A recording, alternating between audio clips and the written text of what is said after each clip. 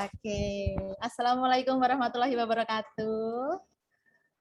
Salam sejahtera bagi kita semua. Shalom, Om Swastiastu, Namo Buddhaya. Salam kebajikan dan salam pramuka. Baik, pertama-tama, izinkan saya Wenda Lestari menyapa kakak-kakak yang sudah bersama-sama hadir sore hari ini. Yang terhormat Kak Niken, finalis Duta Humas Pandu Citra Loka, Kuarda Jawa Tengah, dan kakak-kakak semua yang sudah bergabung sore hari ini. Terima kasih kepada seluruh peserta yang sudah hadir pada sore hari ini, baik itu lewat Zoom maupun lewat streaming YouTube. Nah, kakak-kakak, sebelumnya akan bacakan susunan acara kegiatan sore hari ini. Yang pertama yaitu pembukaan, yang kedua itu sambutan dari Andalan Cabang Demak, yang ketiga doa, yang keempat pemaparan materi, yang kelima tanya jawab, yang keenam pembagian door prize, dan yang ketujuh adalah penutup. Sebelumnya saya akan bacakan peraturannya kakak-kakak ya. Jadi nanti mohon untuk kakak-kakak untuk mute mic-nya selama kegiatan ini berlangsung, dan kita akan mengikuti kegiatan ini dengan baik seperti itu. Kita akan mengawali yang pertama itu pembukaan. Marilah kita awali dengan ucapan basmalah bersama-sama. Oke, kakak-kakak. Kita menginjak acara yang kedua, yaitu sambutan dari Kak Eko Ngudi Utomo, Andalan Cabang Demak.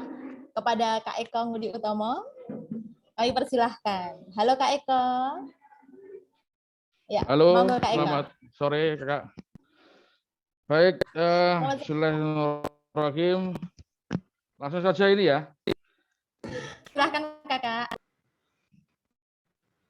Baik, terima kasih. Assalamualaikum warahmatullahi wabarakatuh. Syukur alhamdulillah pada sore hari ini kita masih mengikuti kegiatan webinar final Duta Humas Literasi Digital dalam era disruptif. Salawat serta salam selalu kita haturkan kepada Nabi Agung Muhammad SAW. Semoga kita senantiasa diberi rahmat, hidayahnya, serta syafaatnya kelak di akhir zaman. Amin, amin, ya robbal alamin. Satu kata buat Kak Niken terlebih dahulu. Satu, selamat. Kemudian semangat bisa masuk ke 5 besar Duta Humas tingkat Kuarda Jateng. Ini bukan prestasi sembarangan, karena banyak sekali peserta di Duta Humas, akhirnya Demak bisa masuk untuk menjadi finalis di kegiatan hari ini. Untuk Kuarda Jateng terus bereksperimen, berinovasi. Ini kegiatan yang terbaik bagi saya, Pandu Citra Loka, di era pandemi ini. Kami yakin selalu Kuarda Jateng selalu berkreasi, berinovasi untuk mengikuti perkembangan teknologi. Hal itu juga harus diikuti oleh adik-adik atau kakak-kakak pramuka Jawa Tengah saat ini. Ya, selalu mengikuti perkembangan zaman, selalu mengikuti kemajuan teknologi. Pada saat Mbak Niken ditugaskan di Kuarda Demak, alhamdulillah setiap kegiatan apapun beliau dilibatkan dan juga melibatkan diri dalam informasi, segera langsung diekspos, langsung segera ditampilkan dengan ilmu-ilmu kehumasan beliau selama menjadi Duta Humas Kuarda Jateng. Semoga 5 terbaik ini dipilih yang terbaik. Dan harapan kami, Kak Niken juga mampu menjadi yang terbaik begitu. Selanjutnya buat Kak Niken, lanjutkan juga nanti menunggu lagi nanti malam karena kita Demak alhamdulillah 4 event Pandu Citaloka masuk dalam finalis ya. Mbak Niken Derek Duta Humas, kemudian pengelolaan website juga masuk alhamdulillah. Kemudian mengajar pembina itu juga masuk, itu juga sekolahnya Kak Niken Derek, dan alhamdulillah podcast juga masuk, itu juga gabungan dari ada Dewan Kerja, kemudian ada Humas dan juga bidang yang lain. Selamat dan semangat buat Kak Niken, lanjutkan perjuangan. Kami tunggu kreasinya, inovasinya di Kuarda Demak, dan kami mewakili Kuarda Demak berdoa semoga Kak Niken terbaik dari finalis Duta Humas. Sekian dari saya, terima kasih. Assalamualaikum warahmatullahi wabarakatuh. Salam Pramuka. Salam. Terima kasih Kak Eko Ngudi Utomo, andalan cabang Demak yang sudah memberikan sambutannya sore hari ini luar biasa sekali. Kita turut berbangga karena Kak Niken masuk di 5 besar Duta Humas Pandu Citraloka Kuarda Jawa Tengah, sebuah prestasi yang luar biasa. Dan tadi seperti yang disampaikan oleh Kak Eko bahwa Demak juga mengantongi selain Duta Humas juga beberapa kemenangan yang sudah dikantongi oleh Kuarcap Demak sendiri. Oke, luar biasa sekali. Kita beri tepuk tangan untuk Kuarcap Demak, luar biasa.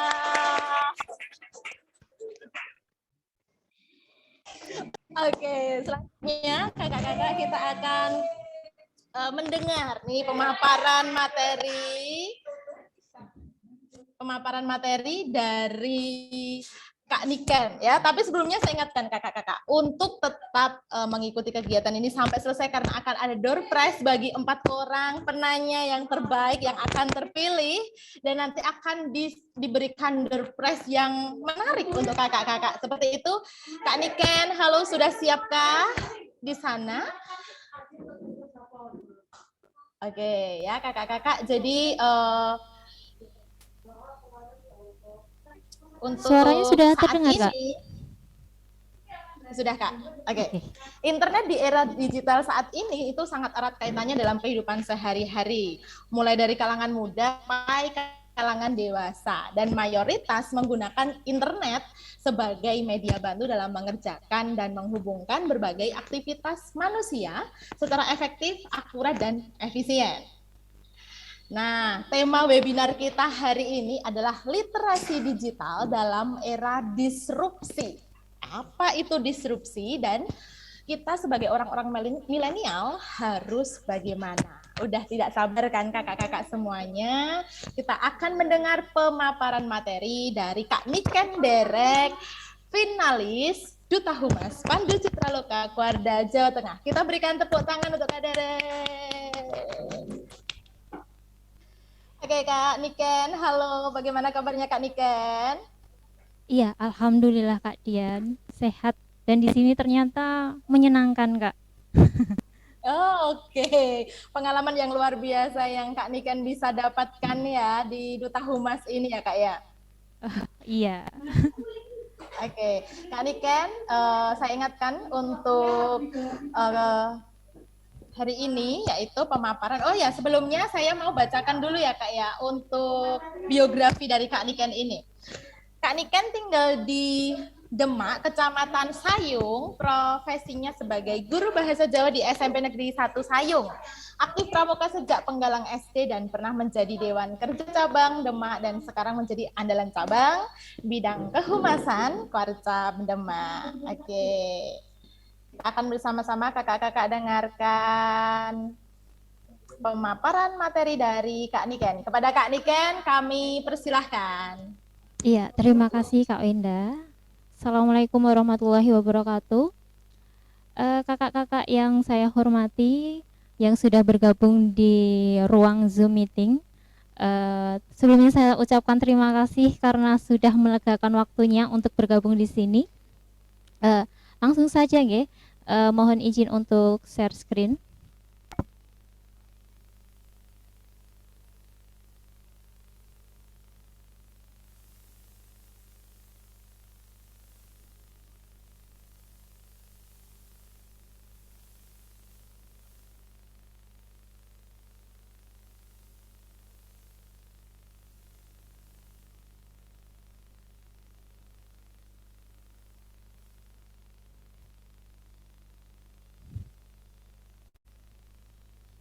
Iya,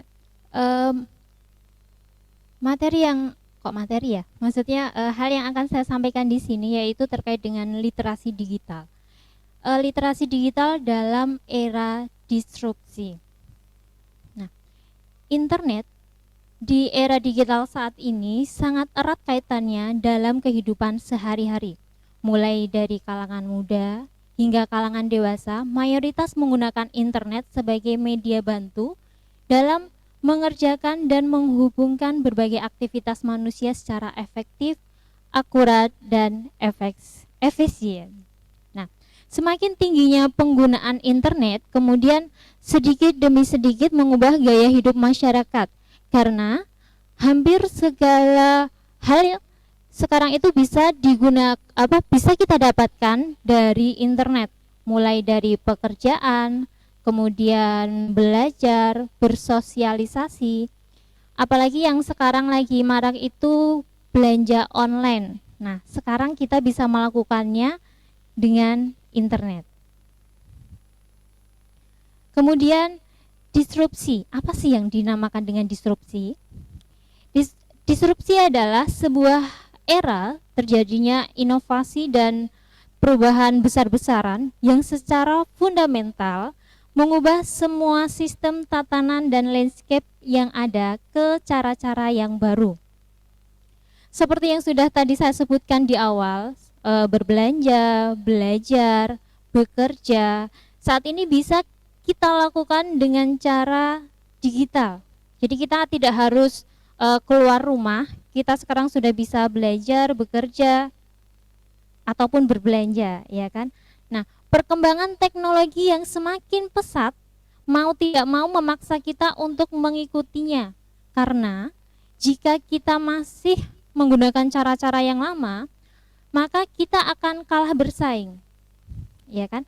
Nah, hal semacam ini jelas memberi manfaat begitu banyak kepada masyarakat.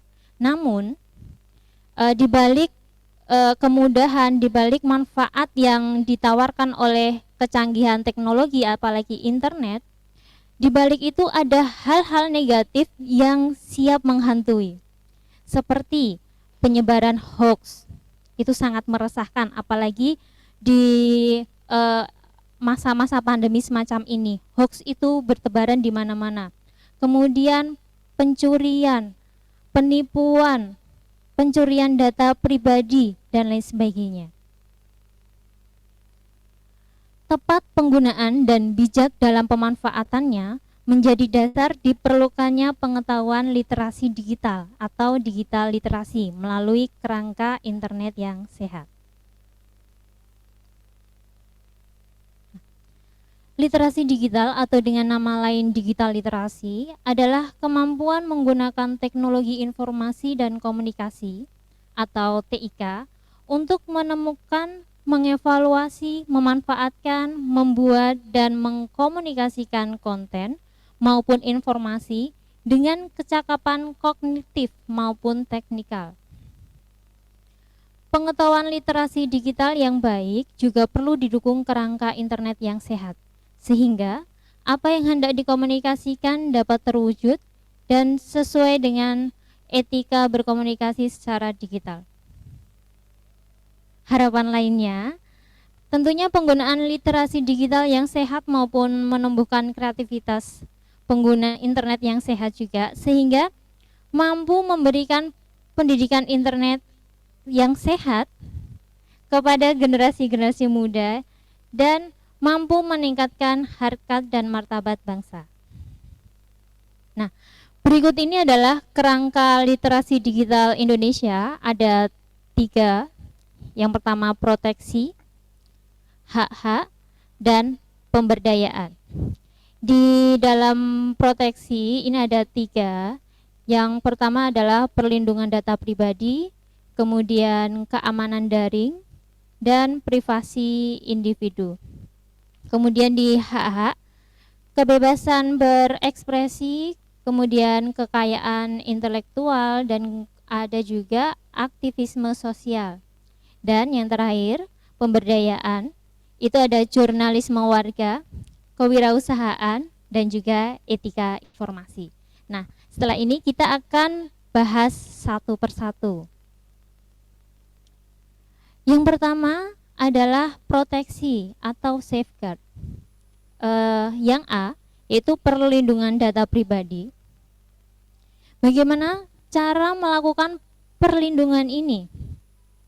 Yang pertama, tidak membocorkan data pribadi kepada pihak lain. Seperti contohnya yang lagi marak saat ini adalah ketika kita habis vaksin. Biasanya yang di-share apa? Yang dibuat update story apa? Biasanya kan kartu vaksin atau kalau enggak sertifikat vaksin. Nah, kadang kita lupa untuk mensensor bagian nomor KTP kita. Padahal itu termasuk data pribadi kita yang seharusnya tidak diperlihatkan untuk umum, seperti itu. Terus yang selanjutnya yaitu membuat database atau membuat database data pribadi. Ini bisa dilakukan secara manual maupun komputerisasi. Kemudian ini yang seperti saya sebutkan tadi, tidak mengekspos data pribadi ke ranah publik baik online maupun offline. Tadi ya, ketika kita habis vaksin, ya bolehlah kita membuat story tentang kita habis vaksin nih, terus kemudian foto sertifikat vaksinnya, atau mungkin kita memfotokan tiket perjalanan, tapi untuk nomor KTP, kemudian alamatnya kita, sebisa mungkin itu disensor atau mungkin dikasih stiker, jadi biar tidak terlihat oleh orang lain. Terus kemudian mengedukasi seluruh pihak tentang pentingnya data pribadi. Kemudian yang terakhir yaitu memperbarui antivirus pada komputer maupun ponsel pribadi. Kenapa data pribadi ini penting? Nah, karena penyalahgunaan data pribadi oleh pihak yang tidak bertanggung jawab bisa digunakan untuk kejahatan-kejahatan yang lain, misalnya seperti membobol kartu kredit, penipuan, fitnah, dan lain sebagainya. Itulah mengapa perlindungan data pribadi itu sangat penting. Terus yang selanjutnya yaitu keamanan jaringan atau konektivitas. Bagaimana kita melakukan perlindungan ini? Yang pertama, kita selalu menggunakan antivirus dan yang aktif dan melakukan update secara berkala. Terus kemudian menggunakan password yang tidak bisa diduga oleh pihak lain. Jangan gunakan tanggal lahir. Gunakanlah kombinasi huruf dan angka atau huruf besar dan kecil. Nah, itu akan memperkecil kemungkinan password kita diketahui oleh orang lain. Kemudian tidak mengunduh sembarang aplikasi, terutama yang bajakan. Hindari sembarang mengklik setuju atau confirm tanpa membaca terlebih dahulu, termasuk melalui WhatsApp, Line, dan sebagainya. Jadi misalnya kita kok mendapat broadcast atau mungkin kita mendapat link dari sebuah grup yang kita tidak tahu itu sebenarnya isinya apa, jadi mending jangan sekali-kali mengklik. Barangkali itu menuju ke sebuah link di mana nanti data pribadi kita bisa diambil. Kemudian gunakan browser yang sudah diperbaharui Dan yang terakhir adalah selalu backup data di berbagai tempat, bukan hanya satu. Kemudian privasi individu. Bagaimana melakukan perlindungan ini? Yang pertama, lebih baik tidak mengaktifkan share location, baik itu di PC maupun personal gadget. Jadi jangan biarkan orang lain untuk melacak keberadaan kita. Kemudian ajari anak-anak untuk mengenal batasan wilayah pribadi. Jadi dari kecil sudah diajarkan bagaimana sih, di mana sih batasan-batasan wilayah pribadi. Kemudian hindari mengekspos data pribadi, terutama di medsos. Itu kan sudah saya sampaikan di awal ya. Kemudian jaga kerahasiaan password. Password apapun kalau bisa yang tahu ya hanya kita. Jadi nggak usah nggak usah di share ke orang lain, cukup kita saja yang tahu. Kemudian tolak ajakan foto yang tidak senonoh. Nah, itu biasanya nanti akan menimbulkan permasalahan di kemudian hari. Kalau sekarang mungkin jangan, kalau misal kita diminta untuk foto dengan pegang KTP, jangan mau kalau itu nggak jelas tujuannya, ya. Jadi bisa-bisa kita malah kena penipuan pinjaman online barangkali. Kemudian jangan mudah percaya dengan teman yang baru kita kenal melalui medsos. Karena kita nggak tahu orang yang seperti apa yang kita temui di medsos, begitu. Lanjut, sekarang masuk ke hak-hak. Jadi setiap warganet memiliki hak mendasar layaknya HAM. Yang pertama yaitu kebebasan berekspresi. Hal ini merupakan kebebasan untuk mengekspresikan ide, gagasan maupun pendapatnya secara bebas melalui ucapan, tulisan maupun komunikasi bentuk lain yang dilakukan tanpa melanggar hak orang lain. Kemudian yang B, kekayaan intelektual, yaitu merupakan hasil pemikiran seperti penemuan, karya seni, literatur, desain, simbol, nama, foto maupun gambar yang digunakan secara komersil maupun tidak komersil. Bagaimana kita melakukannya? Nah, yang pertama yaitu selalu sertakan kredit dari nama penciptanya. Misal nih, kita menggunakan gambar yang diambil dari sebuah situs untuk presentasi kita. Nah, seharusnya karena kita mengambil dari Google, itu kan pasti ada sumbernya. Kita harus menyertakan sumbernya. Kemudian meminta izin kepada pencipta sebelum menyebarluaskan suatu berita atau karya dari orang lain. Misal kita menemukan sebuah postingan yang menarik dan kemudian kita ingin merepost.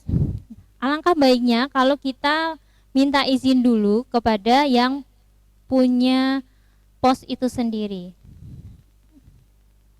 Lalu kemudian jika kita yang mempunyai karya itu, kita bisa mendaftarkan hak cipta terhadap karya kita kepada institusi maupun lembaga yang kompeten. Jadi misal nanti karya kita disalahgunakan, kita bisa menuntutnya.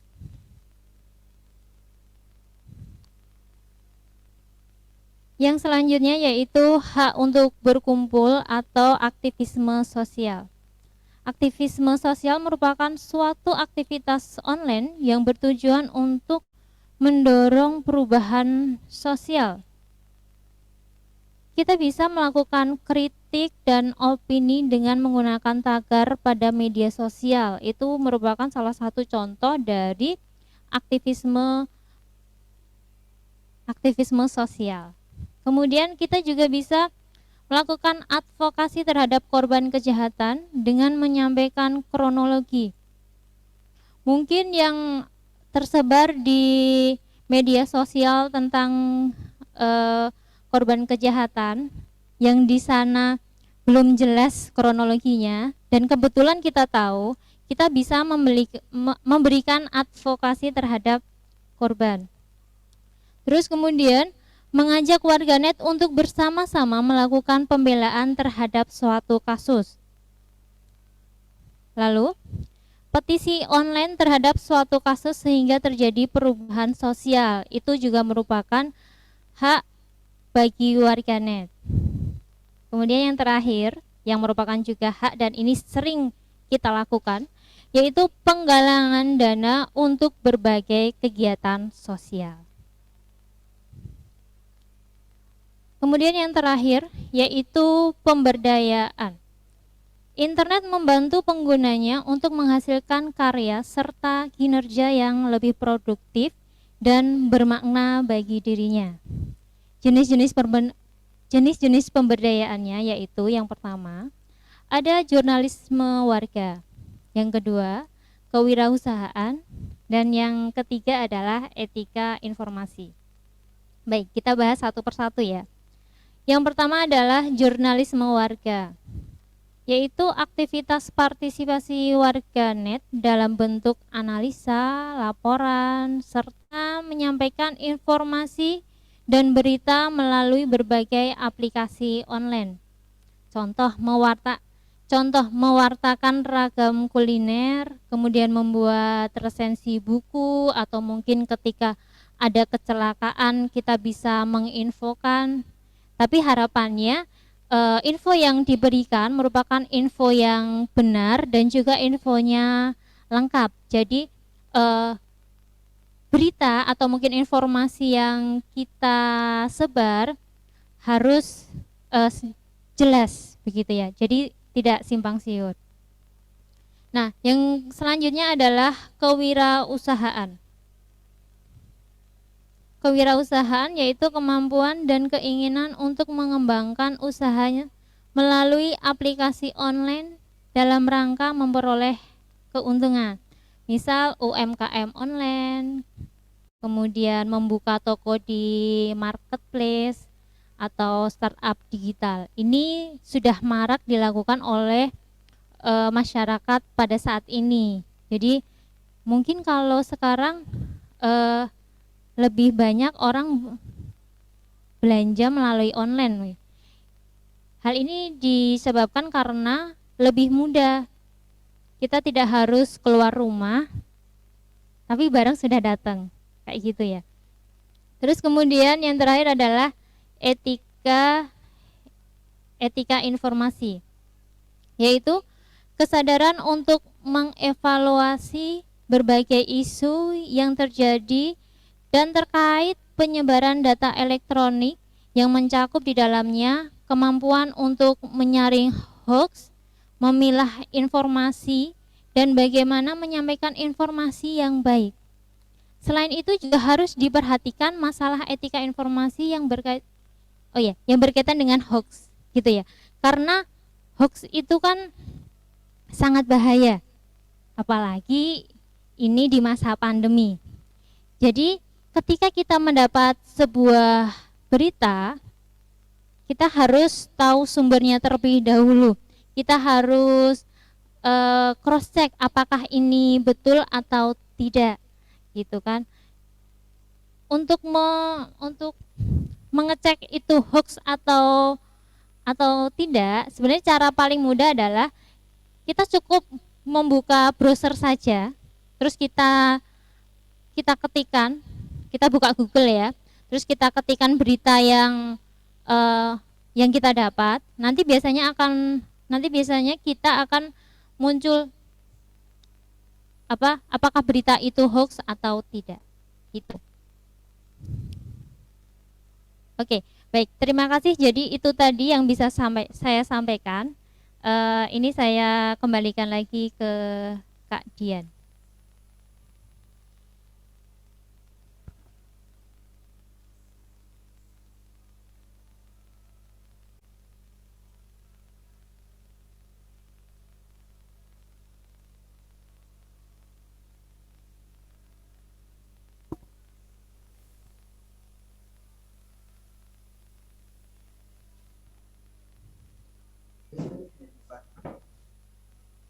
Kak Jian. Iya. Kak, sorry Kak, sinyal di sini agak putus-putus sedikit.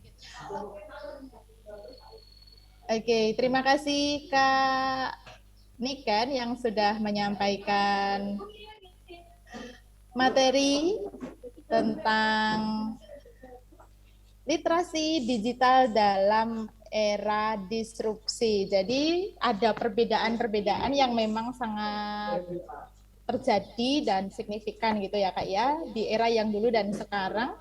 Dan memang kita harus bisa menjaga data diri kita dengan baik. Seperti itu ya Kak Niken ya. Oke, luar biasa sekali. Terima kasih Kak Niken yang sudah menyampaikan materi sore hari ini. Di kolom chat Kak, ada beberapa pertanyaan yang sudah dituliskan. Dan nanti bisa Kak Niken untuk menjawabnya. Seperti itu ya Kak. Pertanyaan yang pertama. Dari Kak Agung Kuaran Meranggen. Pertanyaannya bagaimana cara yang paling efektif melindungi akun sosial media? Karena akhir-akhir ini banyak kejadian akun sosial media WA, Facebook maupun Instagram itu dihacker, Kak. Jadi kadangkala dihacker dan disalahgunakan untuk hal yang kurang baik. Nah, bagaimana cara efektif melindungi akun sosial media kita? Seperti itu. Mari silahkan Kak Derek bisa dijawab pertanyaannya. Jadi untuk melindungi akun media sosial kita, misal seperti WA, FB, biasanya FB ya ini ya, terus kemudian IG, mungkin gini,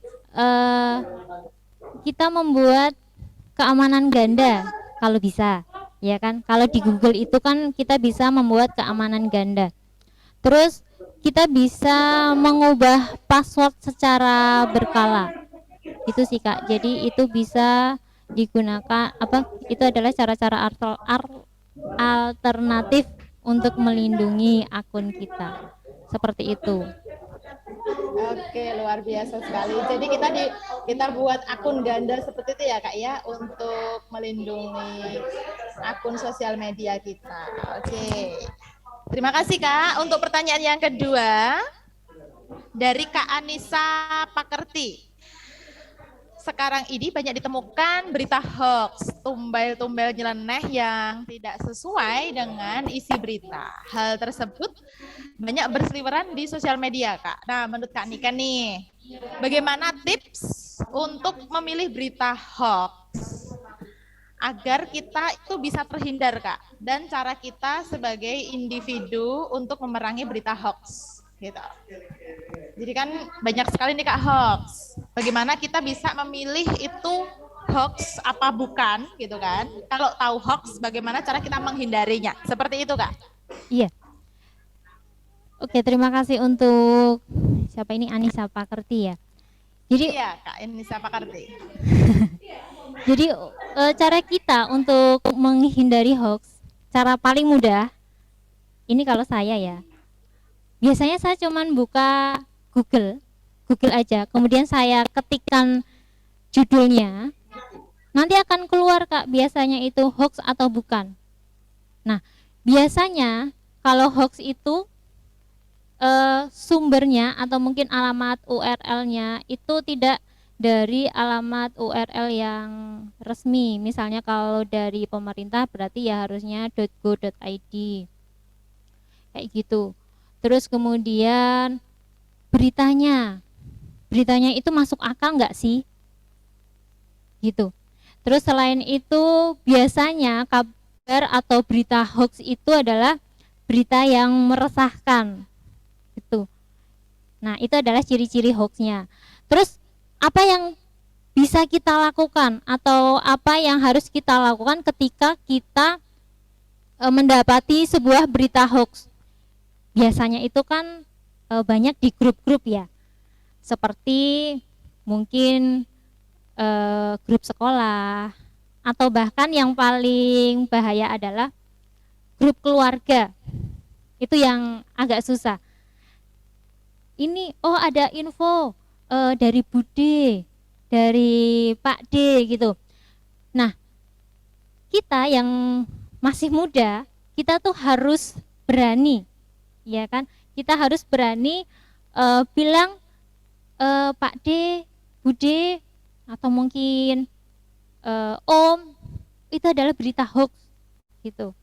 Jadi sebagai anak muda, kita tuh nggak boleh malas atau mungkin kalau bahasa Jawanya itu pakai woh ya, sungkan gitu.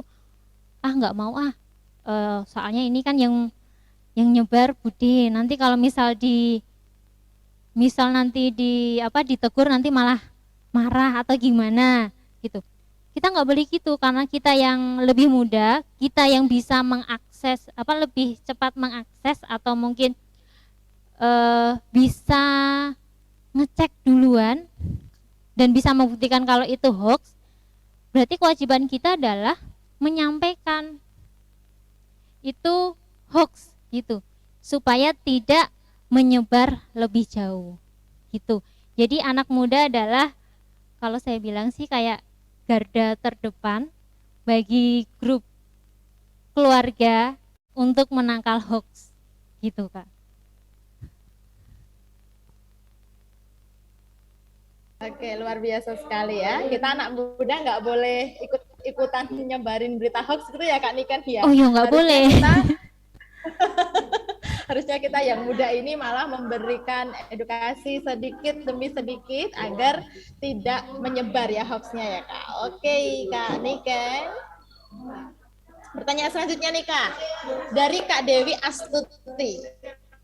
Nah, pertanyaannya, apakah akun yang sudah kena hack itu dapat diambil alih lagi, Kak?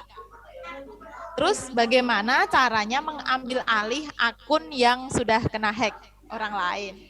Gitu, Kak. Silahkan, Kak. Oke, baik. Nah, sebetulnya ini disclaimer dulu ya. Saya belum begitu paham tentang akun yang sudah dihack atau bukan. Jadi ini setahu saya, akun yang sudah dihack atau mungkin diambil alih oleh orang yang tidak bertanggung jawab, kita bisa melaporkannya. Namun akun di bank data ini sangat banyak. Jadi beberapa data akan hilang jika dalam jangka waktu tertentu jika tidak digunakan. Makanya kalau kita memiliki akun sosial media harus valid pengisian identitasnya.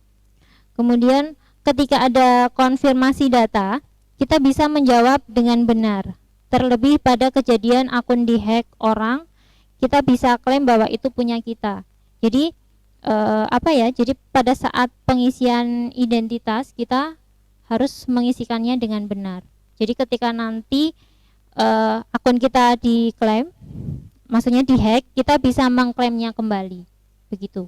Itu setahu saya sih, karena saya sebetulnya juga agak kurang paham kalau tentang akun yang dihack gitu. Berarti kira-kira kalau akunnya itu dihack bisa kembali lagi ya Kak ya? Ya, kemungkinan. Jadi sebelum akun kita dihack, lebih baik kita menanggulanginya. Ya, satu dengan cara kita melindungi passwordnya. Kemudian password yang kita gunakan jangan password yang mudah ditebak. Misalnya tanggal lahir atau mungkin nama atau mungkin mungkin nomor HP barangkali. Itu kan hal-hal yang mudah ditebak begitu. Oke Kak Niken. Ada lagi Kak pertanyaan nih dari Kak Prima Koran Wonoslam. Bacanya apa ini ya? Maaf ya Kak Prima kalau ini salah. Wonosalam itu.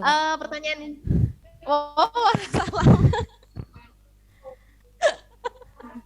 Saya kira Wonosalam. Maaf Kak. Oke, pertanyaan Kak Prima. Ya, pertanyaan yang pertama, ada dua pertanyaan nih Kak. Yang pertanyaan pertama, bagaimana akun kita bisa dilihat semua warganet untuk mempromosikan bidang usaha kita? Yang kedua, apakah ada batasan dalam melakukan media sosial sehingga kita bisa buat akun yang banyak? Seperti itu, Pak. Baik, bagaimana akun kita bisa dilihat semua warganet untuk mempromosikan bidang usaha. Oke, ini saya share berdasarkan pengalaman pribadi ya Kak ya. Kebetulan saya juga punya toko online dan itu saya mempromosikannya melalui Instagram. Nah, pada saat itu saya menggunakan layanan sponsor, begitu Kak. Itu adalah salah satu layanan yang ditawarkan oleh Instagram pada saat itu. Begitu Kak. Terus untuk cara-cara yang lain mungkin kita bisa menggunakan hashtag atau tagar, tapi diusahakan hashtag yang apa ya, yang tidak terlalu ramai gitu. Misal nih hashtag Pramuka Jateng, ya kan? Hashtag Pramuka Jateng yang menggunakan itu kan banyak sekali kan. Ketika kita juga menggunakan hashtag Pramuka Jateng, bisa nggak postingan kita mengalahkan yang paling atas? Itu kan agak sulit. Jadi mungkin penggunaan hashtag bisa kita bisa lebih divariasikan seperti itu. Terus apakah ada batasan dalam melakukan media sosial ya, sehingga kita bisa membuat akun yang banyak? Setahu saya, ini disclaimer juga, barangkali saya keliru, mohon diingatkan. Kalau setahu saya kita bisa membuat media sosial yang sebanyak-banyaknya. Mungkin nanti biasanya kan kita disuruh memasukkan identitas, ya kan? Nah, setahu saya itu bisa digunakan berkali-kali, begitu Kak Prima. Setahu saya. Barangkali nanti ada yang keliru, mohon dibetulkan. Ya, gitu. Oke Kak, terima kasih ya Kak. Pertanyaan selanjutnya dari Rayi Pamungkas, Kuaran Sidoarjo, Kwartop Sragen. Bagaimana cara kita sebagai pemuda dalam mensosialisasikan program literasi digital ke masyarakat umum yang awam dengan literasi digital Kak? Kayaknya nih anak SMA Kak ini Kak. Iya nih, berarti kalau anak muda yang kayaknya yang dia lahir aja teknologi sudah ada ya Kak Dian ya. Yang lahir sekali, itu internet sudah ada. Jadi seharusnya anak muda itu dia lebih peka terhadap informasi gitu. Jadi buat anak muda itu jangan apatis, harus peduli terhadap sekitar gitu Kak. Terus mensosialisasikan program literasi digital ke masyarakat umum yang awam. Ya, contoh kecil seperti tadi ketika kita menemukan berita hoax tadi loh Kak itu.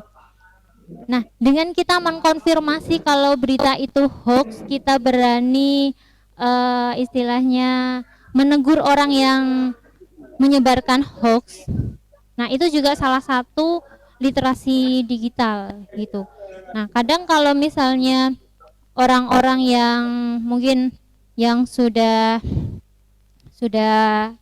agak tua mungkin ya, yang seumuran Bapak Ibu kita, kadang kalau sudah dapat berita, kemudian langsung diteruskan gitu kan, tanpa dibaca dulu. Nah, kalau kita sebagai anak muda, kita harus istilahnya harus betah membaca dulu, kita harus mencerna dulu ini sebenarnya beritanya apa sih gitu.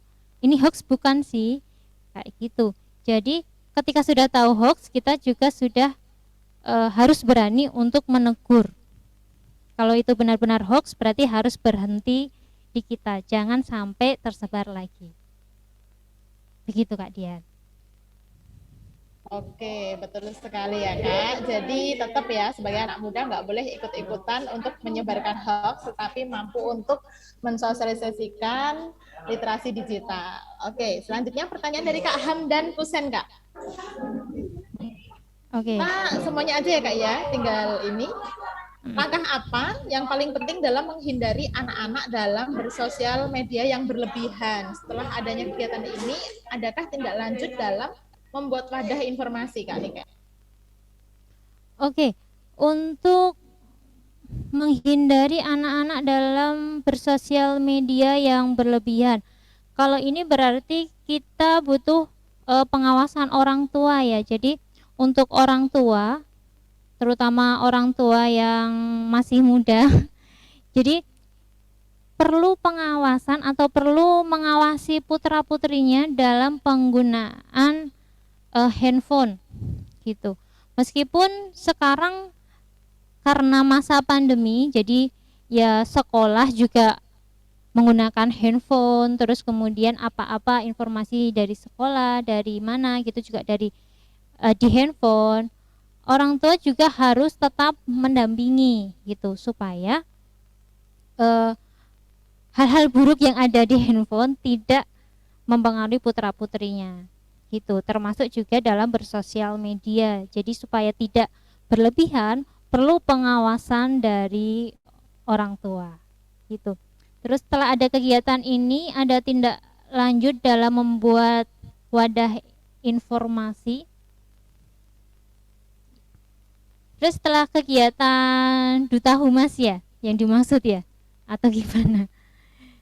Jadi untuk kegiatan Duta Humas ini sebetulnya adalah bertujuan untuk menunjukkan citra kehumasan Pramuka Jawa Tengah, dan harapannya setelah ini akan muncul humas-humas baru yang bisa yang bisa menggambarkan atau mungkin mencerminkan pramuka ke masyarakat. Jadi biar masyarakat itu tahunya pramuka itu nggak hanya cuman tepuk-tepuk, tapi kita juga memiliki kegiatan-kegiatan yang kreatif, inovatif, dan juga bisa bermanfaat bagi masyarakat.